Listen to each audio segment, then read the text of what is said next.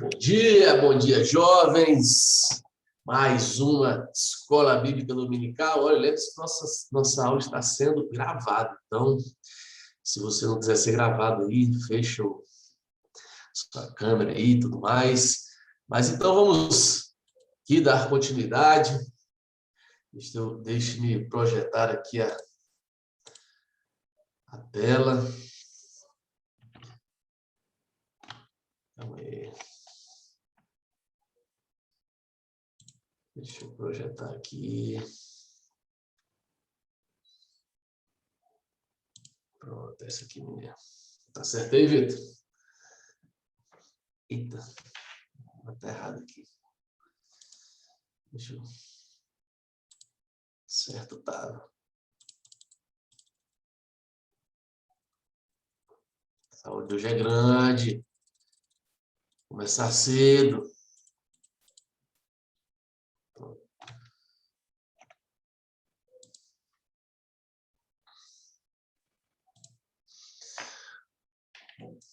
Deixa eu arrumar aqui minha tela. Vamos começar então. Começar a fazer oração para a gente aí, Léo? Por favor. Cadê o Léo? É que eu tô com o fone meio zoado aqui, que eu tô falando do celular, mas dá para me ouvir Não, bem? está tranquilo, tá de boa.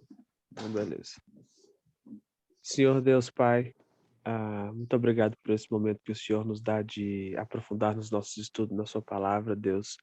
Que o Senhor esteja atuando através do pastor, que ele seja fonte, ou seja um canal, e o Senhor seja a fonte de todo entendimento da sua palavra, Pai. Perdoa os nossos pecados e nos abençoa nesse dia. Em nome de Jesus nós choramos. Amém. Amém. Então, meus irmãos, vamos continuar. Vamos continuar aqui nossos estudos aqui a respeito de finanças e fé cristã. Então, nós estamos numa jornada aí, meus irmãos, já longa, né? Chegando aí ao final. Veja só, chegando já ao final aí das nossas aulas. Estamos ainda hoje informações básicas aí, né? Nosso curso de Finanças e Fé Cristã, professores, eu, pastor Davi e o diácono Márcio Denis. E nós estamos aí numa caminhada longa, falando a respeito sobre o homem e o dinheiro. Falamos também sobre riqueza e pobreza, falamos sobre como conseguir dinheiro, recursos financeiros. Aprendemos também a respeito de crédito e dívida, bênção ou maldição, contrair empréstimos, o crediário. Aprendemos também sobre isso, aprendemos sobre os desafios do consumo e da ganância. Então, estamos tentando aí abarcar todas as áreas da vida financeira do povo de Deus, mesmo que só tratando de alguns pontos e algumas questões. Falamos até também sobre a questão da liberalidade, sobre, né, a última aula, a aula passada, que foi a nossa última aula, falamos sobre também imposto, a César o que é de César, a galerinha aí dos anarcocapitalistas, né, imposto é roubo, não sei o quê. Perdeu a aula de ficar com essas ideias erradas aí de que imposto é roubo e tudo mais. E hoje, né, tivemos as 7 aulas e hoje vamos ter a aula de número 8. E a nossa aula vai ser essa aí, ó. Previdência ou providência. Dá até um nó na língua aqui, né? Providência, previdência. Providência, previdência.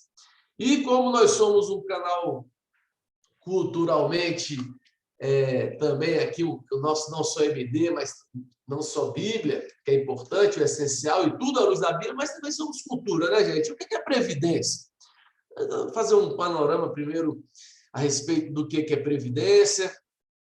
Sabemos aí, né, qual o seu plano aí quando se aposentar. E aí a gente vê, segundo o site do Bradesco, previdência é a reserva financeira que se faz no presente, pensando no futuro.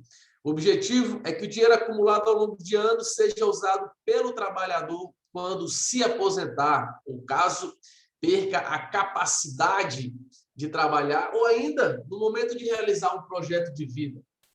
Então, quando a gente fala de previdência, meio nesse sentido mais amplo, né, de que é uma reserva financeira que é feita, e aí quando nós pensamos em finanças e vida cristã, a gente tem que pensar no futuro, né? Muitas pessoas pensam isso, são organizadas e pensam no futuro, outras não pensam em nada, só vivem hoje, mas cada vez mais essa parte da educação financeira tem sido presente nas nossas vidas, enfatizando a importância da previdência, enfatizando a importância de reservas financeiras, pensando no futuro. E, né, o sonho da aposentadoria, quem não quer uma aposentadoria assim, é ficar de boa, tranquilão, né? Todo mundo sonho aí da aposentadoria, parar de trabalhar, trabalhei muito, estou cansado, né? Tem uns meninos aí com 30 anos, né, estão cansados de trabalhar. E aí, precisa aposentar cedo. E aí você vai lá no Instagram, as promessas de, olha, aposente cedo, deixe o seu dinheiro trabalhar por você, e por aí vai. Mas temos aí hoje em dia muitas opções de previdência privada, né? Previdência que você pode ir fazendo esses acúmulos. Inclusive, eu vou fazer um disclaimer aqui, né? Que eu não sou analista de valores imobiliários, não faço nenhum tipo de recomendação também de compra ou venda de valores imobiliários. Tudo que eu estou falando aqui é exclusivamente o que eu faço com a minha carteira de investimentos, os meus recursos. Então, está aí um exemplo de previdência privada retirada aí do site do BTG, algumas previdências aí, que a gente pode ver, os rendimentos aí no último ano, no mês, no ano e nos últimos 12 meses, também a aplicação mínima mensal aí que você pode colocar, o inicial que você pode botar, tempo de resgate. Olha, eu estou com essa Forcus aqui, hein? Essa Forcus aí, essa segunda aí que está na lista aí, eu tô com essa bicha aí. Então, é isso aí, galera. Então, tem que cuidar da vida financeira sim, tem que ter previdência privada sim, porque também tem os dilemas hoje em dia de previdências, não é só as privadas que existem, né? Também tem a clássica previdência social, aquela previdência que você é obrigado a participar dela, né? Então, você nem quer participar muitas vezes, mas é obrigado, que é aquele regime geral de previdência social, RGPS, que é um seguro público ou garantia de renda aos trabalhadores na aposentadoria. Então, todos os trabalhadores com carteira assinada são automaticamente filiados aí ao INSS, e autônomos e contribuintes individuais também podem contribuir com esse regime aí do INSS. Só que, entretanto, todavia, é importante lembrar que essas previdências aí, meus irmãos, é um negócio também delicado, né? Volta e meia sempre aparecem notícias de rombos, de problemas em previdências aí, bilionários, que afeta a aposentadoria de homens que trabalharam aí, de pessoas que trabalharam durante anos de suas vidas, dedicaram anos de suas vidas contribuindo aí para previdências. Desculpa. E aí depois essa previdência acaba falindo, né? Tendo rombos. E aí não importa se é previdência, se é algum fundo de pensão de empresa pública, se é privado, sempre tem muitas notícias sobre isso. Tem até essa notícia aí do Jornal do Comércio falando de fundos de pensão sendo investigados pela Polícia Federal, que aí mostrando aí, e são fundos que são importantes. Veja aí que tem o fundo da Petrobras, o da FUNCEF, que é da Caixa, o Previ, que é da Banco do Brasil, o do Postales aí do Correios que eu falei. Então, fundos importantes que estão com rombos aí, mostrando rombos no sistema absurdos e que cada vez mais tem causado aí ansiedade, né, nas pessoas que são contribuidoras desses fundos, as pessoas que estão entrando nesses fundos, né, porque às vezes quem já está lá, já está usufruindo, está bem, mas o problema é mais o que vai acontecer no futuro, a longo prazo, com cada um desses fundos de pensão, né? Atenção, toda atenção deve ser levada em consideração, porque o Senhor Jesus já contou uma parábola aqui, que a gente estudou essa parábola aqui já, comentamos sobre essa parábola aqui já, que é a parábola lá do rico, né, do rico insensato, E alguém pode fazer, então, a leitura do texto bíblico que vai aparecer na tela em seguida aí, por favor.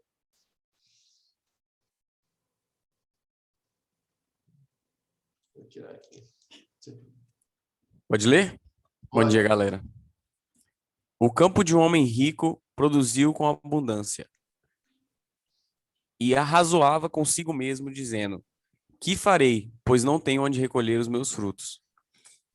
E disse: farei isto, destruirei os meus celeiros, reconstruí-los-ei maiores, e aí recolherei todo o meu produto e todos os meus bens. Então direi à minha alma: tens em depósito muitos bens para muitos anos. Descansa, come, bebe, regala-te. Mas Deus lhe disse: louco, esta noite te pedirão a tua alma, e o que tens preparado, para quem será? Então, muito obrigado aí, meu presidente. O Senhor Jesus falando aí a respeito da avareza, né? Dessa preocupação, dessa questão do acúmulo, falando a respeito desse desespero que muitas vezes nós temos, e a gente vê por meio de uma parábola, né? Que eram histórias reais fictícias, de comparações, né? Que nos ajudou a entender preceitos morais ou espirituais, que era um recurso muito utilizado por Jesus. E aí, na primeira parte, ele vai falando dessa perspectiva materialista, o rico, da parábola como esperto, havia enriquecido, venceu na vida o cara, continuava a enriquecer com seus campos que haviam produzido em abundância, a ponto, né, de não ter mais nem onde armazenar os seus recursos, e aí ele teve que criar novos galpões e tudo mais. Então, ele tinha, assim, uma visão ali de expansão das suas posses, né, de que derrubaram os celeiros para fazer outros maiores, fazendo seu planejamento de aposentadoria, de depois viver da renda acumulada e aproveitar a vida. E aí ele pensou, né, e aí já pensava até mesmo no discurso, né, vou guardar, está até registrado aí, vou guardar o suficiente para muitos anos. Agora, descanse, come, beba e alegre. Isso é um tipo de previdência, meus irmãos. Previdência é isso. É você acumular recursos para que, quando você não tiver mais condições de trabalho, ou um dia que você tiver suficiente para viver, sem precisar mais trabalhar. A gente já viu, né? Não vamos entrar no mérito de riquezas, sobre o benefício, a bênção da riqueza, que não é errado ser rico e tudo mais, já discutimos sobre isso. Mas essa parábola continua sendo interessante, porque ela é um quadro ali, né? Retrata um pouco a humanidade moderna, né? Esse planejamento de vida que muitos têm adotado. Afinal de contas, o que pode estar errado nisso? O que pode estar errado em eu planejar para poder descansar, não fazer mais nada, viver ali dos meus recursos acumulados? O que há de errado em me organizar para o futuro, né? Problema, né? Não estou sendo desonesto, estou trabalhando direitinho. Zero problema, a gente pensa inicialmente. Mas aqui nós somos lembrados que não devemos esquecer que os planos da nossos planos devem ir além dessa vida. Os nossos planos devem ser de muito mais anos e além do que está previsto aqui nessa vida, muito mais do que só se resumir a desfrutar da vida, se resumir a regalar-se com os nossos bens. E aí esse homem mostra, né, que essa incapacidade dele de ver que a vida não termina com a morte, mas, na verdade, ultrapassa essa vida terrena e se projeta pela eternidade. E aí ele faz planos como se a vida se resumisse a essa existência aqui. E aí, no final, chamado até de louco por isso, porque ele achava que tudo se resumia à sua vida aqui. E aí, no decorrer do final da parábola, o Senhor Jesus até vai continuar falando que acumule bens perante Deus, não perante os homens, acumule bens diante de Deus, acumule bens dos céus, não bens na terra. Então, a previdência é algo bom, sim, é algo que nós devemos fazer com responsabilidade, mas nunca colocando isso como um fim em si mesmo, como se fosse, né, o auge de nossas vidas, como se fosse o objetivo de nossas vidas. É até interessante também lembrar que crente não aposenta, né, meus irmãos? Ó, já guardem isso aí para vocês, para a vida inteira. Não existe aposentadoria na vida cristã. Tem gente que acha que é assim que funciona. Vai trabalhar na igreja ali alguns anos, aí não, vou trabalhar na igreja alguns anos, não, agora vou tirar umas férias de trabalho na igreja, vou tirar umas férias de servir a Deus. Isso não existe, meus irmãos. Não existe aposentadoria no reino de Deus. existe serviço, dedicação, adoração ao nosso Senhor. E para falar, então, sobre essa questão de que não devemos ter os nossos olhos focados exclusivamente nas coisas daqui, mas acumular recursos aos olhos de Deus. E diante de Deus, precisamos falar sobre providência divina. E aí tem um autor, que não sei se vocês conhecem, mas se não conhece, tem que conhecer, que chama-se François Turrentine. Ó, o francês aqui tá bom, muito bom aqui, ó.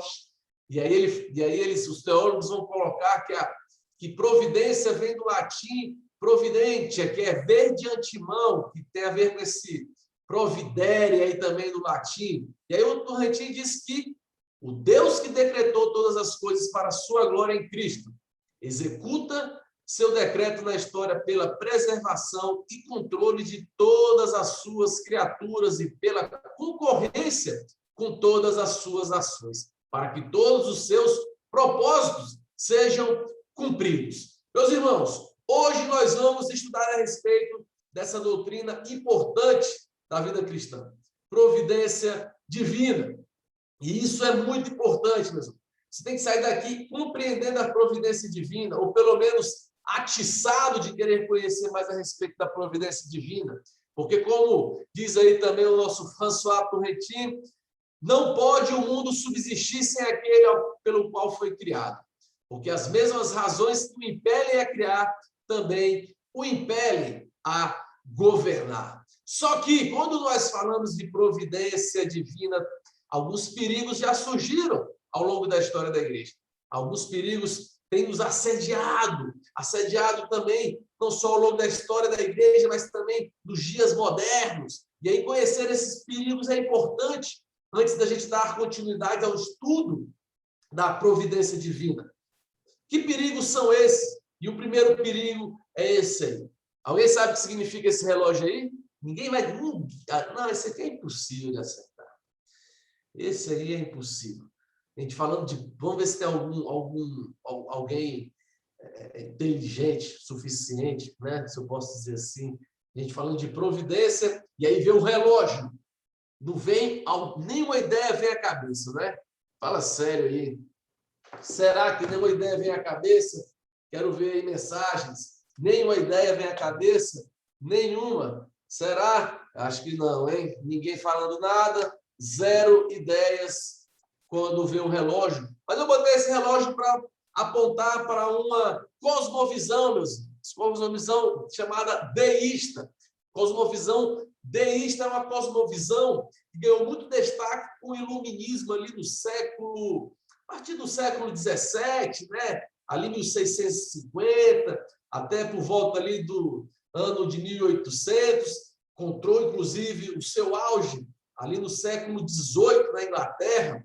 E aí ele chegou, inclusive, o deísmo virou a religião oficial ali da França, na época ali do Robespierre, ali antes do período da Revolução Francesa. E o que é? O que é o deísmo? O que é o deísmo? Vamos estudar mais a respeito sobre deísmo. Nossa aula, nosso trimestre aí de cosmovisão, quarto trimestre, só cosmovisão na cara, meus irmãos, vai ser uma bênção. E o deísmo é essa visão de que é Deus como um relojoeiro cósmico, né? Como é o relojoeiro cósmico. Como é que funciona isso? Na mente de muitos naquela época, né? A ideia ali no século XVII, século XVIII, Deus mantinha sua onipotência, o seu caráter como criador, mas na maior parte do tempo ele era onisciente, mas aí ele perdia essa onipresença, ele perdia Deus, essa conexão íntima com a sua criação. Eles falam até de perder a vontade de se envolver com sua criação, perdendo esse interesse pela sua criação. E aí os deístas iam falar que se Deus então ficasse interferindo no mundo, era como se Deus então estivesse atrapalhando o mundo. Era Deus como se estivesse interferindo no mundo de modo a fazer com que esse mundo ficasse melhor. Então é como se, olha, esse mundo não é bom. E aí por isso que os iluministas falavam assim, que olha, o milagre é uma violação das leis matemáticas divinas, imutáveis e também eternas. pela própria exposição, o milagre é uma contradição em termos. Uma lei não pode, ao mesmo tempo, ser imutável e violada. Ou seja, Deus, para poder, então, ser esse Deus criador que ele se revela, ele tem que ter criado tudo certinho, então, saído da influência desse mundo, parado de interferir nesse mundo. E aí muitos deístas famosos ao longo da história da humanidade, aí, aquele Adam Smith, aí, o pai da economia liberal, o Benjamin Franklin, John Locke, David Hume, Thomas Jefferson, Victor Hugo, muitos são os conhecidos deístas ao longo da história, muitos influentes, homens que influenciaram gerações, e aí você vê como esse deísmo acaba sendo propagado, de certa forma, ao longo dos anos, e entrando na nossa mente, sem muitas vezes a gente perceber, porque são homens que foram influentes na sua época, homens que tiveram uma influência absurda, e eles ensinavam que se Deus, né, tinha que preservar essas características dele, então é a razão humana substituindo a autoridade da Bíblia. E aí eles deixam a Bíblia de lado quando, por exemplo, o assunto é entendimento da realidade. Então, a Bíblia não é suficiente mais para que a gente faça a leitura da realidade. Vamos olhar agora, então, para a razão humana autônoma de Deus, distinta de Deus, sem interferência de Deus. Aí sim, nós vamos conseguir fazer uma leitura adequada da nossa realidade. E aí era isso com relação à leitura da realidade, com relação à moral. Então, a nossa moralidade, ela não pode vir de um livro de um Deus que não interfere nesse mundo, de um Deus que simplesmente criou esse mundo e agora deixou a gente acontecendo, como um relojoeiro, que vai lá, faz o relógio, dá a corda no relógio, dá a partida no relógio e agora o relógio continua a existir por conta própria. Não precisa mais o relojoeiro ficar lá interferindo no relógio. E aí também eles iam falar sobre essa rejeição da noção bíblica de queda, né? Porque aí se a gente tem essas substituições, se a gente tem toda essa substituição da razão em detrimento das escrituras, então a razão humana não pode ser algo caído, não pode ser algo mau, não pode ser algo afetado, não pode ser algo influenciado pelo pecado. A razão humana, na verdade, ela é pura. A razão humana, na verdade, ela está ali no estado normal, no estado de funcionamento adequado. Então, nós precisamos rejeitar essa visão de queda, porque senão nossa razão humana não tem como ela subsistir por conta própria, né? Não tem como ela ser autônoma. E o deísmo, então, continua existindo, meus irmãos. A gente acha que não, a gente acha que o deísmo está longe da gente, distante, mas não, continua existindo. Quando alguns teóricos, né, de cosmovisão vão falar sobre isso, sobre um deísmo moralista terapêutico dos dias modernos que nós vivemos, né? Que seria o quê? O que seria, então, esse deísmo moderno terapêutico, né? Moralista terapêutico? Lembrem-se do pano de fundo. Deísmo, Deus, relojoeiro cósmico, deu a partida no universo, da sua criação, se afastou, fica distante, não interfere em nada. E aí, então, se Deus é assim, alguém que não se relaciona, alguém que está distante, é porque Deus, então, quer que as pessoas sejam boas, agradáveis, né, justas umas com as outras, como ensina na Bíblia. E a maioria das religiões falam, olha, sejam pessoas boas, olha, sejam pessoas legais. E aí agora você começa a entender. Porque tem muita gente que você fala, eu acredito em Deus. Aí a pessoa fala, também acredito em Deus. Deus fala que a gente tem que ser bom. Deus fala que a gente tem que ser, né, justo, tem que ajudar o necessitado. E aí você fica, que legal, essa pessoa acredita em Deus. Só que muitas vezes, meus irmãos, é isso aí, um puro deísmo. Porque quando você vai questionando essa pessoa a respeito de outras verdades fundamentais desse relacionamento com Deus, aí ele vai discordar. Porque ele vai falar, não, exclusivismo, só Jesus não. Só Jesus não, porque tem que ter outros caminhos. Deus é bom. Deus quer que todo mundo seja legal. E aí continua.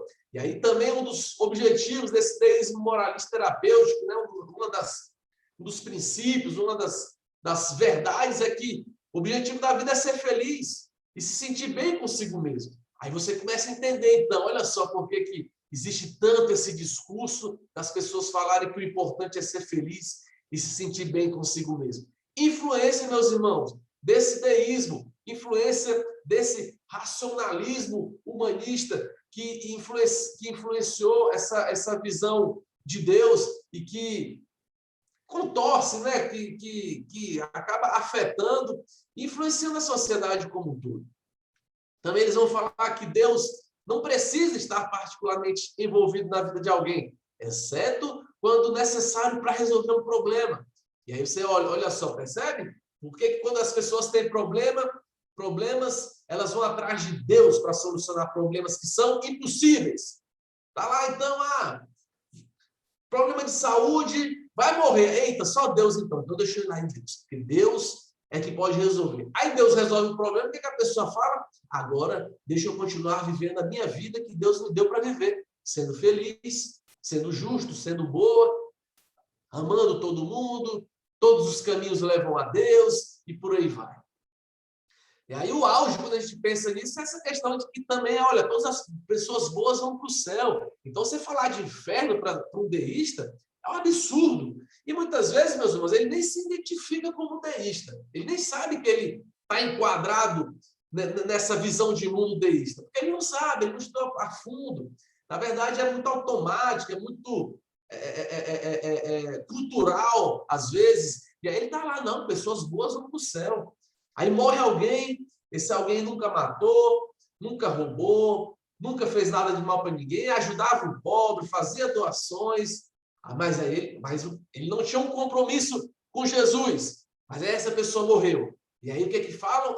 Não, isso aí vai para o céu, uma pessoa boa demais. Olha só, ele era bom demais, vai para o céu. Deístas que acabam influenciando essa nossa visão de providência divina, essa nossa visão de como nos relacionar no mundo. Por que eu coloquei isso numa aula de previdência e providência? Porque essa visão deísta, mostrando que Deus não se envolve com a sua criação, na verdade aponta para muito do nosso comportamento de achar que eu que tenho que resolver minha vida, que Deus está lá cuidando das coisas dele e eu preciso cuidar das minhas. Então deixa eu correr atrás do que é meu, deixa eu fazer os meus planos, assim como o homem rico da parábola, deixa eu fazer os meus planos, deixa eu fazer tudo que é necessário para que eu consiga viver, porque eu tô aqui à própria sorte, né? Eu tenho que me virar. Não tem um Deus aqui que vai ficar me ajudando. Eu tenho que dar o meu corre, eu tenho que fazer minhas coisas. E aí muitas pessoas acabam vivendo essa visão deísta sem perceber, inclusive no meio cristão também. Muitas vezes no meio cristão as pessoas acham que é assim, que Deus não se envolve, que Deus é só para resolver o seu problema, e que aí eu preciso correr atrás das minhas coisas, e por aí vai. Mas hoje em dia também tem uma visãozinha aí que também está na moda, ou estava na moda, ou às vezes você nem sabe que já esteve na moda, porque você, sei lá, às vezes é um alienado, não sei, que é também chamada, tá aí, Openness God. Olha aí meu inglês bonito, chama-se teísmo aberto, open teísmo. Open teísmo, meus irmãos, é uma visão que ficou muito conhecida nos anos 90, aí, começo dos anos 2000, que é a visão de que Deus, pelo menos no Brasil, né, anos 90, começo dos anos 2000, que a visão de que Deus não tem, prestem atenção, Deus não tem total presciência, Deus não é soberano, Deus não conhece o futuro, Deus não sabe se amanhã vai chover, Deus não sabe quem vai ser o próximo presidente do Brasil, Deus não sabe o dia que você vai morrer. Então, esse teísmo aberto, ele afirma algumas verdades que, e aí eu vou explicando aqui devagarzinho para você compreender direitinho o que é esse teísmo aberto. Alguém já ouviu falar em teísmo aberto aí? Enquanto isso, vamos ver como é que tá. Alguém? Quero ver. Não, nunca ouviu falar. Ixi, então aqui é aquela hora que você nunca ouviu falar e quando eu estiver falando, você vai falar, mas eu acho que eu acredito nisso. Será que vai ser o seu caso? Será que eu vou começar a falar as coisas aqui e aí você vai ficar, eu acho que eu acredito nisso. Esse é o objetivo, meus irmãos. Por isso que é a escola bíblica, para você ir aprendendo a respeito da realidade de acordo com as verdades da Escritura. Então, esse teísmo aberto começou ali ser promovido por um cara chamado Clark Pinnock, ali no 1930, sei lá por aí, bem na época ali do liberalismo teológico. E aí as principais doutrinas, né, que são norteadoras dessa visão do homem e o seu relacionamento com Deus. Primeira era que, aliás, já botei tudo, né, que o homem, o atributo mais importante de Deus é o amor. Então, eles falam que todos os demais atributos estão submissos ao amor. E aí, mostrando essa parte que Deus é sensível e se comove com os dramas da sua criatura. Então, justiça, santidade, poder, tudo submisso ao amor. Aí já fica, eita, e agora, né? Calma, vamos ver todos os signos devagar. Segundo, que Deus não é soberano. Na verdade, Deus é soberano. Mas, na verdade, Deus abriu mão da sua soberania para ter um relacionamento com as suas criaturas, de modo a dar liberdade para essas criaturas, né? Então, é como se Deus e as criaturas estivessem, ao mesmo tempo, criando o futuro. É como se fosse... Eles até usam uma ilustração num grupo, da banda de jazz, que Deus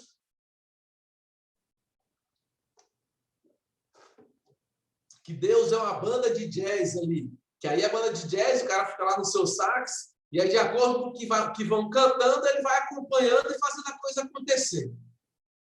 Da mesma forma, Deus, os homens ali vão vivendo, tomando suas decisões, e aí Deus vai lá e vai trabalhando junto com esses homens. Deus não sabe o que vai acontecer. Deus, na verdade, está construindo a história ali junto com o homem.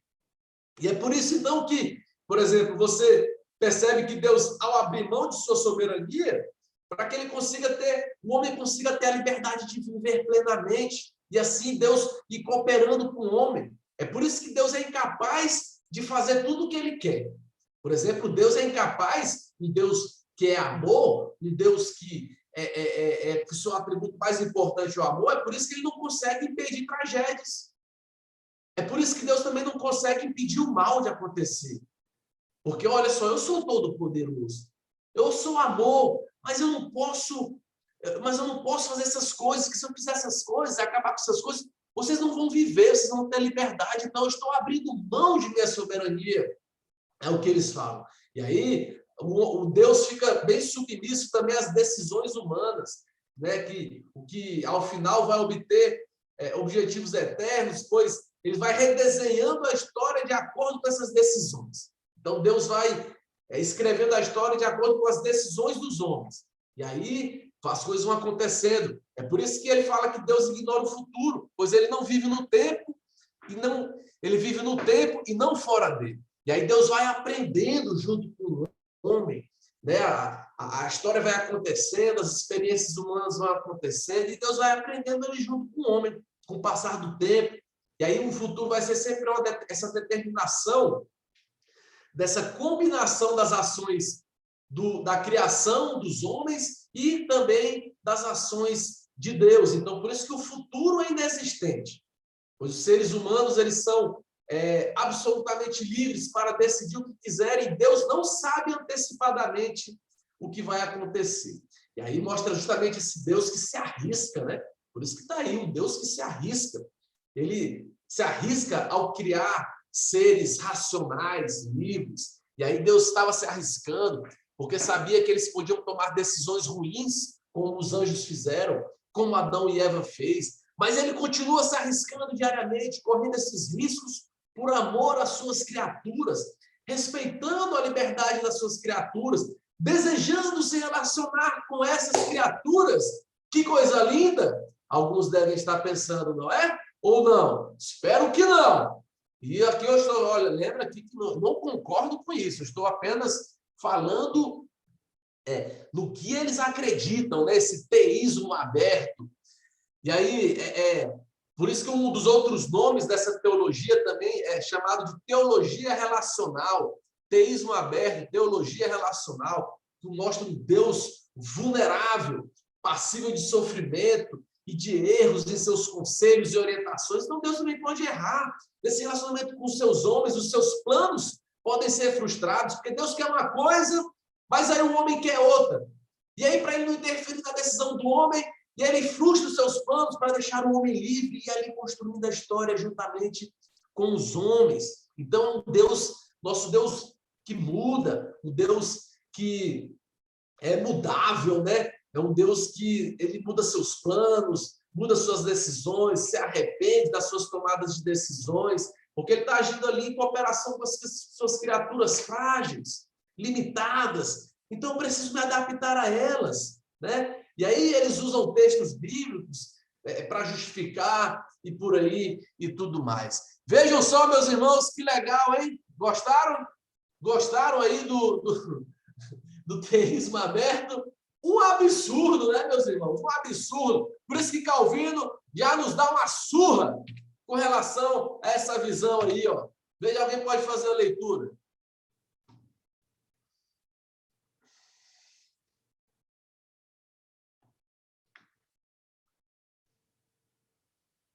Bora.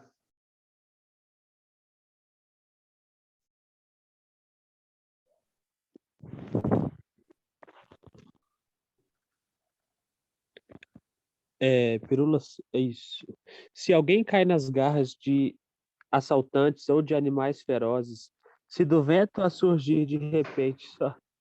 Ai, meu Deus. Calma aí. Não gripar não, hein? Tá chegando o casamento. Se do vento a surgir de repente sofre naufrágio no mar, se é soterrado pela queda da casa ou de uma árvore, se outro vagando por lugares desertos encontra provisão para sua fome, arrastado pelas ondas, chega ao porto, escapa milagrosamente à morte pela distância de apenas um dedo. Todas essas ocorrências, tanto prósperas quanto adversas, a razão atribui à sorte. Contudo, todo aquele que foi ensinado pelos lábios de Cristo de que todos os cabelos da cabeça lhes são contados ou contado? Contado. Escrevi errado, é contado. Buscará causa mais remota e terá por certo que todo e qualquer evento é governado pelo conselho secreto de Deus. Meus irmãos, as escrituras são claras. Tudo é governado pela mão poderosa do nosso Deus. Inclusive, a primeira vez que essa palavra providência aparece nas escrituras foi naquele evento onde Deus manda Abraão sacrificar o seu filho. E aí, quando Abraão estava lá se preparando para sacrificar,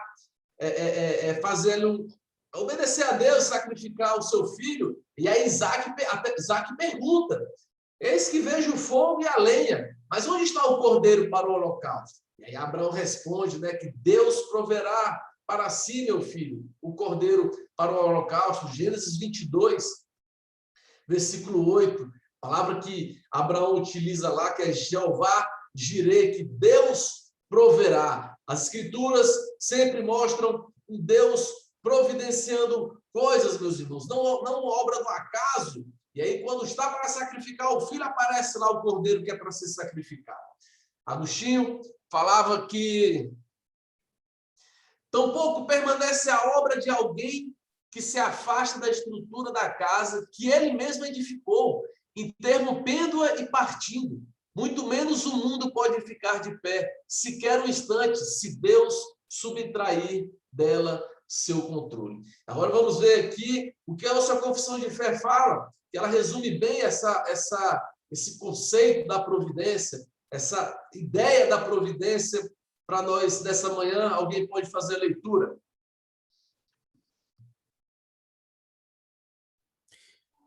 Pela muito sábia providência, segundo a sua infalível presciência e o livre e imutável conselho de sua própria vontade, Deus, o grande Criador de todas as coisas, para o louvor da glória de sua sabedoria, poder, justiça, bondade e misericórdia, sustenta, dirige, dispõe e governa todas as criaturas, todas as ações delas e todas as coisas, desde a maior até a menor.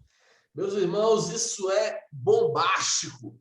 A gente acabou de ver dois exemplos de cosmovisões deturpadas, né, relacionadas à providência de Deus, ao relacionamento de Deus com a sua criação, em que um como se Deus cria e sai, e o outro Deus se tornando fraco para atender às demandas dos homens. A gente vê aqui, então, o Deus revelado nas Escrituras, o Deus Todo-Poderoso que, olha só, para a sua glória, para o louvor da sua glória, dirige, dispõe e governa todas as suas criaturas, todas as ações delas, todas as coisas, desde a maior até a menor. Isso é providência de Deus, meus irmãos. Nosso Deus é um Deus todo-poderoso, um Deus soberano, um Deus que faz tudo conforme lhe apraz, e não há quem possa lhe dizer que fazes. Esse é o nosso Deus. E nós precisamos ter uma visão assim vigorosa do nosso Deus, uma visão realista, uma visão bíblica, porque é somente assim que nós conseguiremos caminhar a vida cristã de maneira tranquila, de maneira confiante e de maneira confortável. Porque muitos sofrem por causa dessa visão distorcida que tem da providência de Deus e do relacionamento de Deus com a sua criação. Muitos no meio evangélico sofrem por causa disso, porque acham que as coisas estão dado ao acaso, dado à sorte, só que não é isso que as Escrituras nos ensinam. Se nós vivemos uma pandemia há 2 anos, há 1 ano, já fez 1 ano de pandemia, quem quis que essa pandemia acontecesse? O acaso, os homens ou Deus? As Escrituras nos ensinam que Deus é que faz todas as coisas. Se acontece uma guerra mundial, Deus assim quis. Se acontece uma pandemia, Deus assim quis. Se acontecem tempos de paz no mundo, porque Deus assim quis. Porque pelo seu, muito sábia providência, muito sábia forma de governar, muito sábia sabedoria, vai fazendo tudo conforme a sua santa vontade. E aí a nossa confissão de fé continua falando que na sua providência ordinária, Deus emprega os meios, todavia ele é livre para operar sem eles, sobre eles ou contra eles, segundo o seu beneplácito. E aí quando a gente pensa assim, que Deus emprega, na providência, Deus emprega os meios. Por exemplo, ele fala, as Escrituras nos apontam muitas vezes que um dos meios de Deus realizar os seus feitos é por meio da oração. Então eu vou lá, horas, e aí Deus, por meio da oração, faz as coisas acontecerem. Mas é muito maior do que isso. A confissão nos lembra que Deus emprega-se os meios, mas ele, inclusive, faz livre para operar sem esses meios, sobre eles e contra eles, segundo a sua vontade. Meus irmãos, Deus não criou o mundo e aí estabeleceu as leis da física, as leis de funcionamento desse mundo e saiu fora. Ele continua regendo tudo. Ele continua fazendo com que tudo aconteça. Ele continua trabalhando, como o Senhor Jesus fala lá em João, que, olha, o meu Pai trabalha até hoje. Então, Deus continua trabalhando nesse governo, nesse sustento, nesse cuidado com a sua criação, fazendo tudo conforme lhe apraz. E aí, quando a gente vê essas definições, esses elementos, são tão ricos, que são tão... inclusive, já teve uma EBD, uma turma da EBD na nossa igreja, que foi só sobre providência de Deus. E aí a gente vê que tem elementos dessa providência, de conservação, o conservatio, ali do latim, a própria ideia de concorrência, que é o concurso, o cooperatio. E como é que funciona esse concurso? Você deve estar se perguntando, como assim Deus então me frustra? Ele não faz as coisas, eu não tenho liberdade, Aí começa a ter aquelas crises, será que eu tenho liberdade? Então eu sou um robô? Não é isso, Quando os teólogos falam sobre esse concursos, da providência divina, estabelecendo ali uma cooperação do poder divino com poderes subordinados em harmonia com as leis de Deus, fazendo agir precisamente conforme ele quer, mas de forma livre. A gente lembra da história de José. Vocês lembram da história de José? José estava lá, aconteceu aquela série de tragédias com José, e aí quando ele encontra com seus irmãos depois, como é que funciona? Qual é o discurso de José? Vós intentastes o mal contra mim, porém Deus o tornou em bem. Falando que, olha, vocês agiram de forma má, mas Deus, na sua providência, fez conforme Ele queria. Inclusive, eu estou aqui porque Deus me trouxe aqui para que depois eu pudesse cuidar de vocês. Vocês intentaram mal para mim. Mas aí, nesse mistério da providência divina, que Deus, inclusive, realiza a sua vontade, até por meio de nossas decisões intencionais, e muitas vezes até por meio dos nossos pecados, como no caso dos irmãos ali de José. Deus ali estando por trás da ação dos irmãos, Deus estando por trás da ação de José, Deus agindo por meio da impiedade deles para o bem do seu povo, para o bem de Jacó e da sua família, que depois foram encontrar abrigo lá com José, no Egito. Meus irmãos, quem tiver dúvida aí, vai falando aí, que eu vou ficar falando. Aí, se vocês quiserem fazer um comentário, é só ir avisando. Providência, meus irmãos, esse governo providencial de Deus, e aí são muitos os versículos, é até complicado a gente fazer uma leitura de muitos versículos, eu vou fazer só uma leitura, só uma passagem rápida dos versículos, né, mostrando versículos que mostram sobre o governo providencial de Deus sobre o universo, sobre o mundo físico, sobre a criação inferior, sobre negócios das nações, sobre o nascimento e sobre a vida dos homens, sobre as vitórias e fracassos na vida dos homens, sobre coisas aparentemente acidentais ou insignificantes, proteção do justo, suprimento de necessidades, resposta de oração, desmascaramento e castigo dos ímpios. Tudo, meus irmãos, tudo que acontece à nossa volta, quer a gente veja ou não veja, tudo está debaixo da poderosa mão do nosso Deus. E aí a gente fica, né? Previdência ou providência? É a pergunta que nós devemos fazer após conhecer essas duas realidades, não que elas se anulem, não que elas sejam opostas em si, mas, segundo as Escrituras, precisamos ter uma visão adequada do que é a providência de Deus. Só assim iremos ter uma visão correta sobre como agir com relação à previdência, à nossa previdência privada, previdência de INSS, a nossa confiança no futuro. E aí, por isso que nós olhamos, né, para a cruz, aí, olhamos para o Senhor Jesus. Alguém faz a leitura desses versículos aí?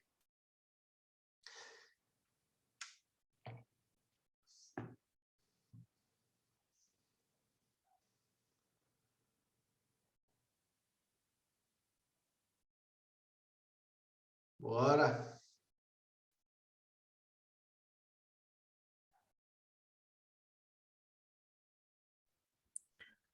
A seguir, dirigiu-se Jesus a seus discípulos, dizendo: Por isso eu vos advirto, não andeis ansiosos pela vossa vida, quanto ao que haveis de comer, nem pelo vosso corpo, quanto ao que haveis de vestir. Porque a vida é mais do que alimento e o corpo mais do que as vestes. Observai os corvos, os quais não semeiam, não ceifam, não têm despensa, nem celeiros, todavia Deus os sustenta. Quanto mais valeis do que as aves. Qual de vós, por ansioso que esteja, pode acrescentar um côvado ao curso da sua vida? Tira o negocinho ali, por favor. Se, portanto, nada podeis fazer quanto às coisas mínimas, por que andais ansiosos pelas outras? Observai os lírios, eles não fiam, nem tecem. Eu, contudo, vos afirmo que nem Salomão, em toda a sua glória, se vestiu como qualquer deles. Ora, se Deus veste assim a erva que hoje está no campo e amanhã é lançada no forno, quanto mais tratando-se de vós, homens de pequena fé. Não andeis, pois... Foi mal. Tem mais um pouquinho. Não andeis, pois, a indagar o que haveis de comer ou beber, e não vos entregueis a inquietações, porque os gentios de todo o mundo...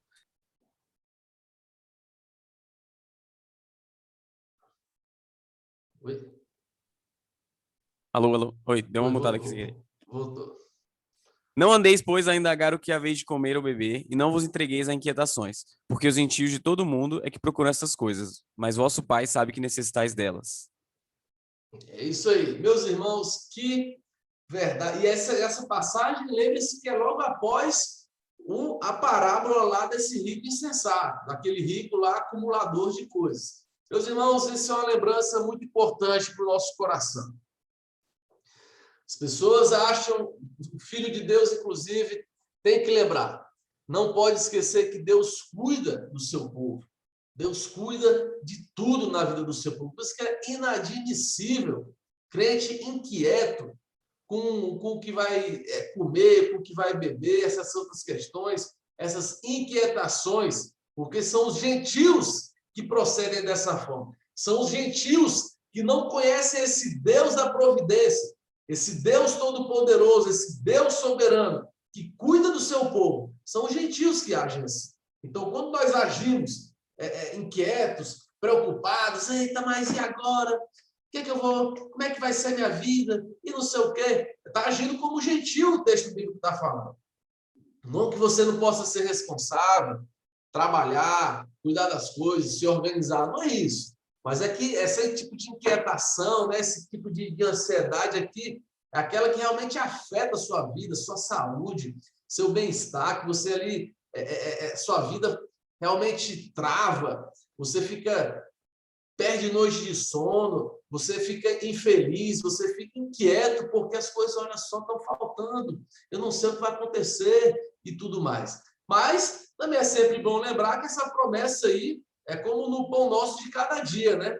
É Deus prometendo cuidar da gente, nos dar ali o básico, né? O problema é que muitas vezes a nossa inquietação não é com o básico, é com o que é excesso, né? O supérfluo ali, o além do que foi prometido. Meus irmãos, qual é a sua preocupação? Aí você tem que pensar aí no seu coração agora. Qual é a sua preocupação? Você está preocupado se vai passar aí no vestibular ou não? Se vai passar no concurso público ou não? Se vai conseguir casar ou vai conseguir arrumar uma mulher, um cônjuge aí, né? Se o Brasil, né, vai ganhar a Copa de 2022. Qual é a sua preocupação, meu irmão? Aqui nós somos lembrados que não devemos ter preocupações porque nós estamos debaixo do cuidado amoroso, providente do Deus Todo-Poderoso. E isso não deve nos intimidar. Não deve nos intimidar, inclusive, a fazer projetos, né? Porque Provérbios aí diz que o coração do homem traça o seu caminho, mas o Senhor lhe dirige os passos. E aí, olha só, sempre a Escritura vai tratando dessa questão do concurso, dessa questão, reafirmando essa soberania de Deus. Eu sei que tem alguns textos que podem ser complicados quanto a isso, mas faço aí a sugestão de você ler com carinho esse nosso capítulo 5 da Confissão de Fé de Westminster. Está lá na Amazon, tem formato e-book também, lê os versículos, dá uma estudada no tema que vai ser proveitoso para o seu coração. A confissão vai dizer que, olha, como a providência de Deus se estende em geral a todos os crentes, também de um modo muito especial, ele cuida da igreja e tudo dispõe a bem dela. Vejam só que afirmação, meus irmãos. É como o apóstolo Paulo diz, né, que todas as coisas cooperam para o bem daqueles que amam a Deus, daqueles que são chamados segundo o seu propósito. Mas veja bem, Paulo não diz, eu espero que tudo acabe bem no final. Nem Paulo diz, creio que as coisas acontecerão de acordo com a vontade de Deus. Ele diz que, olha, sabemos que tudo coopera para o bem daqueles que amam a Deus. Então, esse devia ser um ensino básico da vida cristã, que traz segurança, que traz conforto, que traz esperança para cada um de nós. Tanto que um dos grandes dizeres antigos da igreja é Deus pro nobis, que significa, né, Deus por nós, Deus a nosso favor. Esse é o ensino da providência. É lembrar que Deus está conosco, Deus está em nosso favor. Deus enviou o seu próprio Filho. Como, então, não nos dará com ele todas as coisas? É o que a Escritura nos lembra. Precisamos ficar atentos a esses ensinos errados sobre a relação de Deus com a sua criação. Meus irmãos, Deus não é um relojoeiro que deu a partida no relógio e foi embora. Deus também não fica se relacionando com o seu povo, abrindo mão de seus atributos para agradar os homens, como se ele não soubesse o que vai acontecer. A gente aprendeu hoje que, na verdade, Deus determina tudo o que vai acontecer. Deus, inclusive, as coisas pequenas e grandes, e até os meios onde de tudo acontecer, Ele está proporcionando e providenciando para as nossas vidas, inclusive até os nossos pecados, Deus utiliza para os seus propósitos. Grande é esse nosso Deus, meus irmãos. Nada foge do seu controle, nada foge do seu controle, tudo Ele faz conforme a sua santa vontade. Tem 2 livros muito bons sobre providência aí, que se vocês quiserem comprar e quiserem aprofundar aí no estudo do tema, muito bom, muito bom. Faça o seguinte, lê, compra um e vai ler. Se você está inquieto com sua vida, inseguro, se você está ansioso, se você está aí, não sei o meu futuro, o que vai acontecer? Preocupado com a vida, com o futuro e tudo mais. Será que Deus se importa comigo? Mão invisível de Deus. Leia, para você aprender a respeito dessa providência de Deus, as suas ações, como funciona, como é uma doutrina confortadora, consoladora e que traz esperança às nossas vidas. E também para poder moldar a nossa visão de Deus, né, meus irmãos? Para acabar com essa infantilidade de ter uma cosmovisão baseada no mundo, de achar que Deus não se envolve com a sua criação, ou então que Deus, o outro extremo, abre mão da sua soberania em favor da sua criação, porque Ele quer que todo mundo seja felizinho, e por aí vai. Não funciona assim como nós vimos nessa manhã. Previdência e providência. Conhecendo a providência do nosso Deus, nós saberemos nos relacionar de forma saudável com previdências e saberemos, sim, fazer investimentos pensando no futuro, mas descansando em Deus, porque é Ele que nos provê todas as coisas. É Ele que cuida das nossas vidas. É Ele que controla as nossas vidas e que controla o rumo da nossa história. É Ele que escreveu os nossos dias. Tanto é, meus irmãos, que no meio, pense bem que no meio desses fundos de pensão que quebram, deve ter crente no meio, deve ter crente fiel. E aí? Como é que será que um crente desse se lida? Com o seu dia de aposentadoria indo para o espaço, nunca mais vendo ele. Deve ter uma forma de lidar com isso, enquanto que os outros se desesperam, querem se matar, querem tirar a própria vida. Então, esses ensinos de providência, desses atributos de Deus como a providência, devem trazer esperança no nosso coração, consolo e expectativa de que não estamos a sós, mas Deus pro nobis, meus irmãos, Deus por nós. Amém? Queria pedir para alguém, aliás, antes de fazer a oração encerrando, algum aviso aí, diretoria? Opa, alô, opa, tem um aviso sim.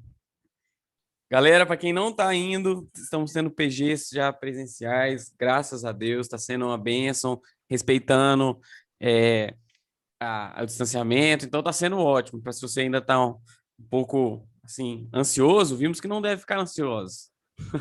Então aparece lá nos PGs, quem não tiver PG agora, fala com a gente pelo Instagram ou pelo WhatsApp, a gente está aí disposto, esperando vocês. Vai ser uma bênção ter mais gente aí participando e tal, e está sendo top. E o aviso para a próxima semana é que teremos no sábado nosso Um Papo, terceira parte. A gente vai, fiquem ligados no grupo que a gente vai divulgar essa semana quem vai trazer aí a palavra para a gente e quem que vai também, e qual vai ser o tema. Então fiquem ligados aí no grupo e no Instagram. Beleza? Valeu.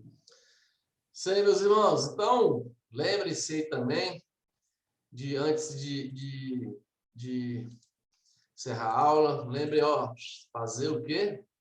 Fazer aqui a avaliação da aula, hein, gente? Faz a avaliação da aula aí. Lembre de fazer a avaliação da aula. E vamos orar, então. Vamos orar encerrando a nossa aula de hoje. Pedir alguém aí que o André já falou muito hoje. Deixa eu ver mais quem está aqui. André. Alguém faz uma oração aí, por favor.